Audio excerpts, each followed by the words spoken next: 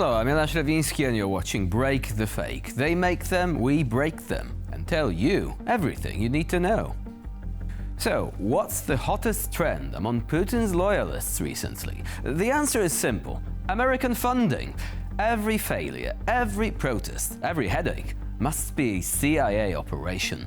Solovyov himself is probably convinced his migraines are a Pentagon plot, which, given news of the so-called Havana syndrome and the possible Russian roots thereof, would be rather ironic, don't you think? Anyway, the moment an American, say Tucker Carlson, sets foot in Moscow, a line of devoted Russians forms instantly, wagging their metaphorical tails, slippers in their mouths, eager to serve. They hate the West, but they just can't quit it. Можно простой вопрос сказать? А можно перестать смотреть американцам в задницу? А кто тут смотрит? Все. И в этом гигантская проблема. Потому что никак не могут понять. А нам вообще плевать на их план, нам плевать на то, что они хотят у себя делать, и нам плевать на переживания европейцев. Потому что, в отличие от европейцев, мы не являемся слугами американцев.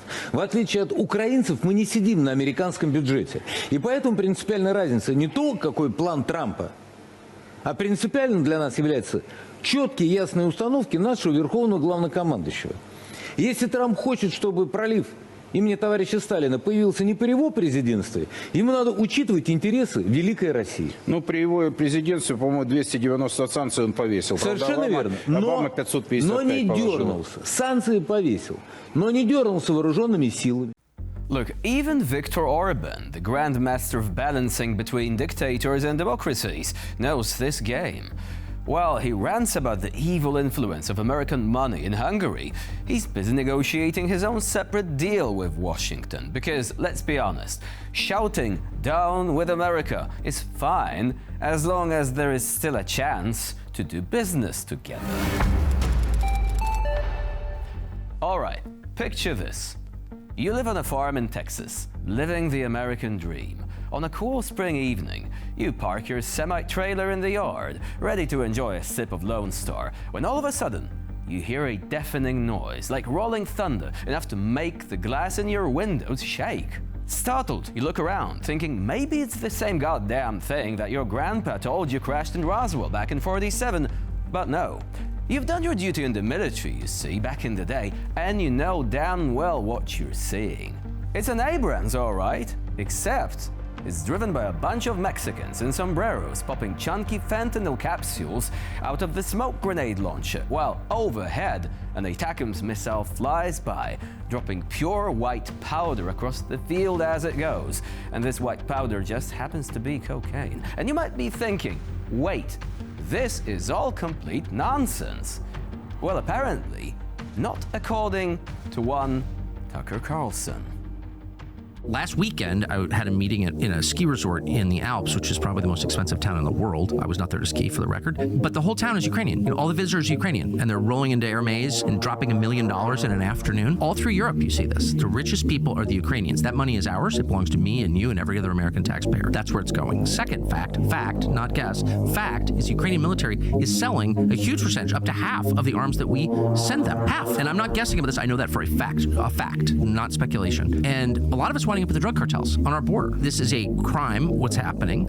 Our intel agencies are fully aware of this. You tell me they're not profiting from this. Of course, you think the CIA is not profiting from this? Yes, they are. Can't prove that, but I believe that. What, they don't know this? I know this, but they don't know this? They know this. No one is saying it. Like, no American seems aware of this. We're sending these arms to Ukraine, billions, hundreds of billions of dollars, and it's being stolen and sold to our actual enemies. Like, what the?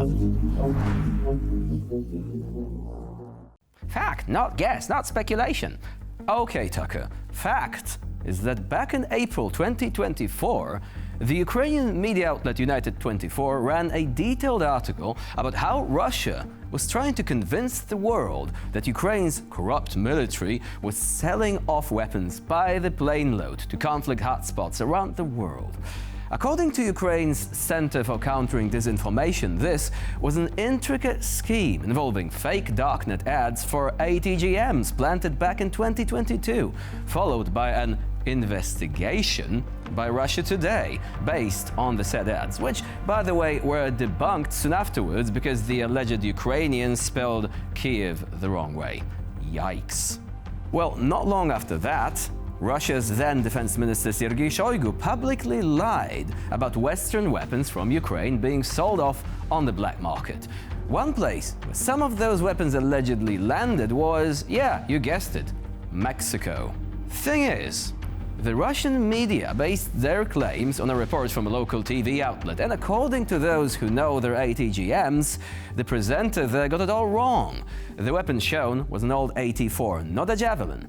Frankly, the entire idea of a country at war selling guns to cartels makes little sense anyway, except perhaps as a monumental flex. We're so good we can fend off the Russians and self-halve the weapons on the darknet.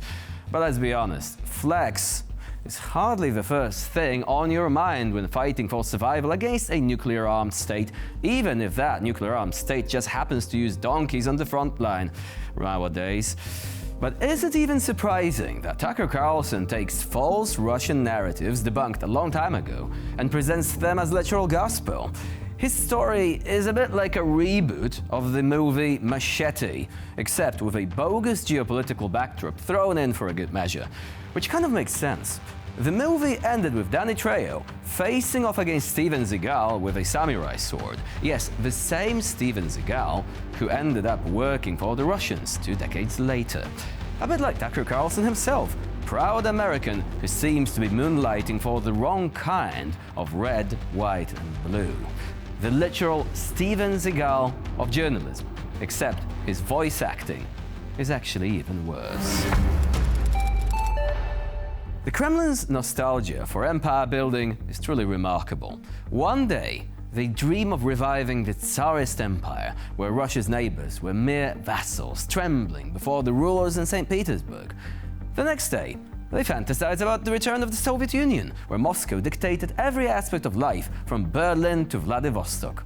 And somehow, in their fevered dream, these two completely opposite ideologies blend into one glorious vision of a Russia that rules over everyone and everything. Take Maria Zakharova's latest wisdom, for example. According to her, the Baltic states disconnecting from Russia's energy system is a tragic step towards their own, and I quote, destruction. Because obviously, true independence means staying plugged into Moscow's gas pipelines and, by extension, its blackmail operation. Same goes for the energy grid. And apparently, by choosing Western partnerships, Latvia, Lithuania and Estonia have also, and I quote again, freed themselves from science, education and development. Quite the statement from a country that considers looting household appliances from Ukraine as technological progress, don't you think?